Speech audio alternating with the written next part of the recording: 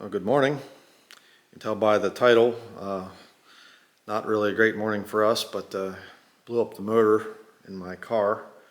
I'll tell the story about that here in a minute, but just wanted to show you something here, kind of neat looking. I haven't had this up for a while.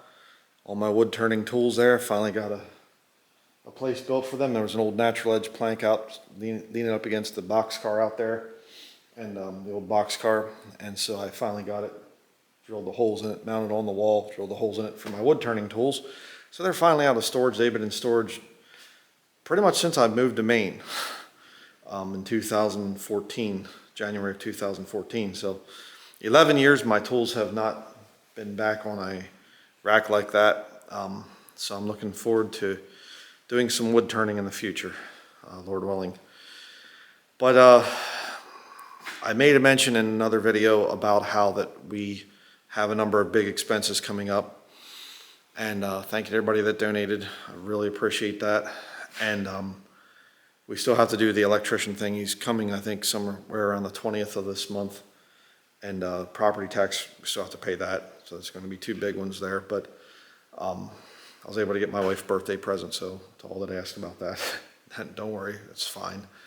And it wasn't that I didn't want to buy one or something like that. It's just that, you know, when you're married, you know that you can say, okay, I don't really need that right now. Just let's get the other bills paid and whatever else. Well, one of the things I mentioned was we have a 2007 Ford Crown Victoria Police Interceptor car that I bought on eBay.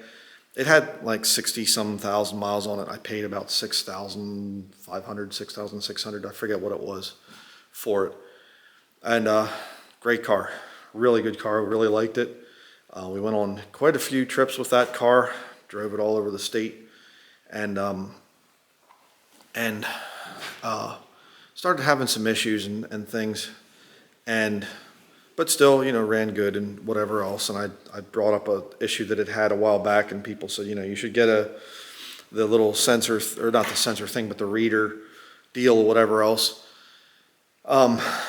And I don't really like the modern computer, you know, plug in your car and it tells you what's wrong with it, diagnostic stuff. You know, I like old vehicles. But, you know, I just thought, well, okay, it works good, it runs good, everything's fine. Well, we were driving the one time we had to get down to the office from here, which, you know, the office is south of where we are right now, where our house is here. And so we had to go down I-95. And the highway here, it comes up and ends here in northern Maine, actually goes up into Holton and then goes into Canada. So I was going to merge onto the highway, and, you know, I had to speed up because there was somebody coming, so I kind of got on a little bit, and it kind of, you know, kind of backfired a little bit and just kind of stuttered, and I let off the gas. I thought, what was that? That was kind of weird. And then, you know, accelerate a little bit more slowly, and it was fine. And it did okay, and the check engine light came on, you know, and I thought, okay, well, typically if it's some kind of a thing where it's stuttering like that, it's air, or, you know, it's not getting enough fuel, or there's something in the fuel or whatever. You know, I think the old way, but I thought, well, this new car, I don't know, it could be some kind of a sensor or something, Lord only knows. So I drove it a time or two after that, and it would be running just fine, and then it would stutter occasionally, and then it would go back to running okay. So I didn't know what it was. I checked the air filter, I checked a bunch of other things just to see if I could figure out what's wrong with it. Couldn't figure it out, and I thought, well, okay, I have to take it to the garage. I've gone to this garage for many years. Back when I was in Bridgewater, when we lived in Bridgewater, we would go to the same garage, and then we went down to Patton area, and so we were too far away from this garage, so I didn't go for a few years, and then now we're back to going there again. So, you know, it's been a long time that we've been there. It's a good garage. They're honest and everything.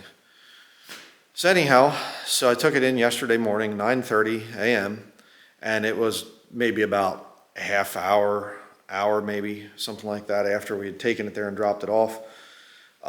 We were actually getting a shipment, some things for the ministry that we need shipped here by truck, And so that was coming, so we were thinking about that, and then we were thinking about some other things too, some stuff to get done, and we had a bunch of stuff to do. Garage calls. Yeah, hey Brian, have some bad news. The head's cracked on the motor. Huh?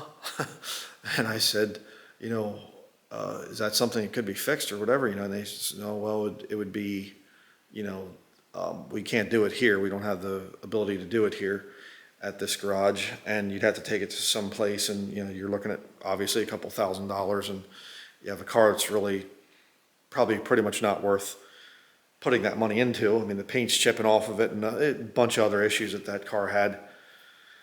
Oh, brother. So go into the garage and got to talking to some of the mechanics and things, and there was a younger mechanic there, and he said, I'll give you $500 for the thing. I could use it maybe in a demolition derby or something. It still runs good enough, I think. And I said, yeah, okay, I guess. I don't even know if I get the thing home or whatever. And he said he's going to do a little bit of work on it or whatever, try to fix some things up. And I mean, it's a car that came from Texas, so it doesn't have the rust of a car that's in northern Maine.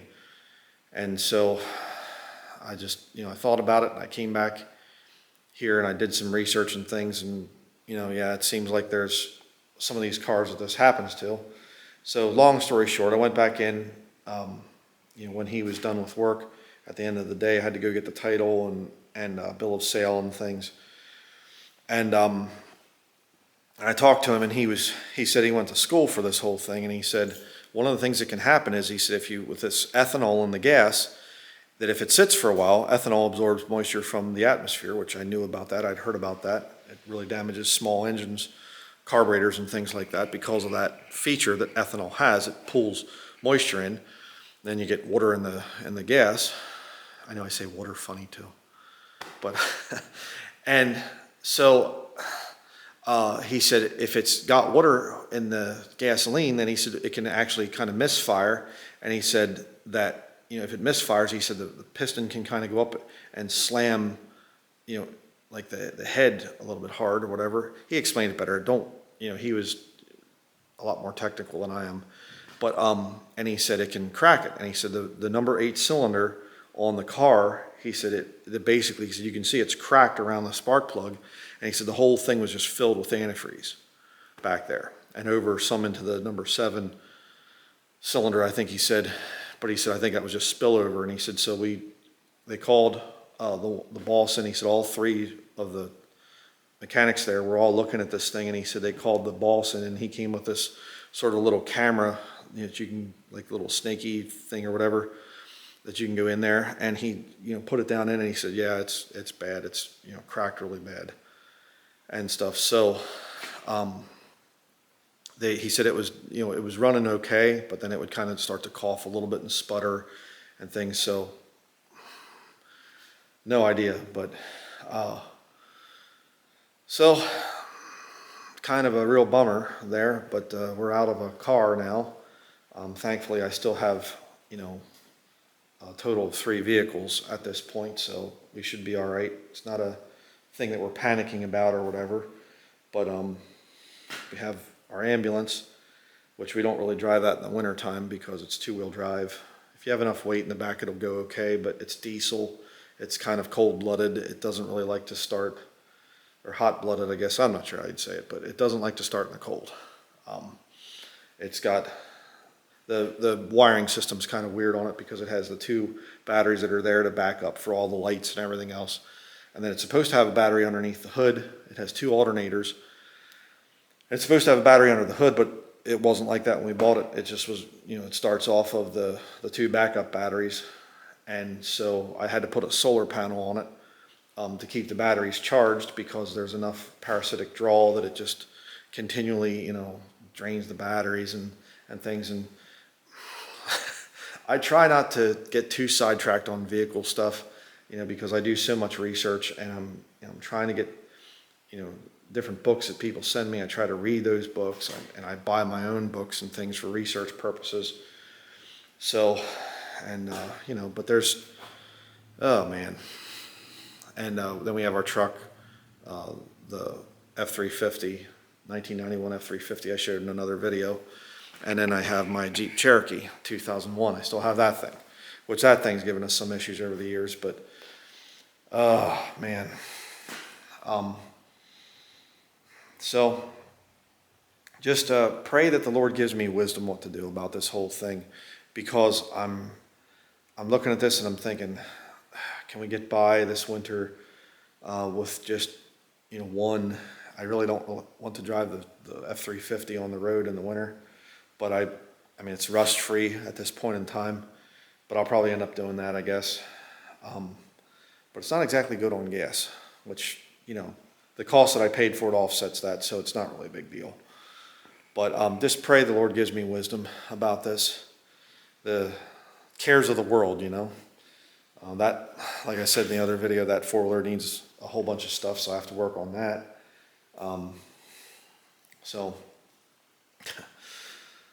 But anyhow, so just kind of a real shock yesterday. I thought we'd go and we'd get our car fixed and not a big deal, and then end up selling the car yesterday and taking a major loss on it from what I paid for it. I mean, ultimately we got our money out of it. If I would have had to lease a car that whole time, I think we've had it for about a little over 3 years now, maybe 3.5 years, something like that.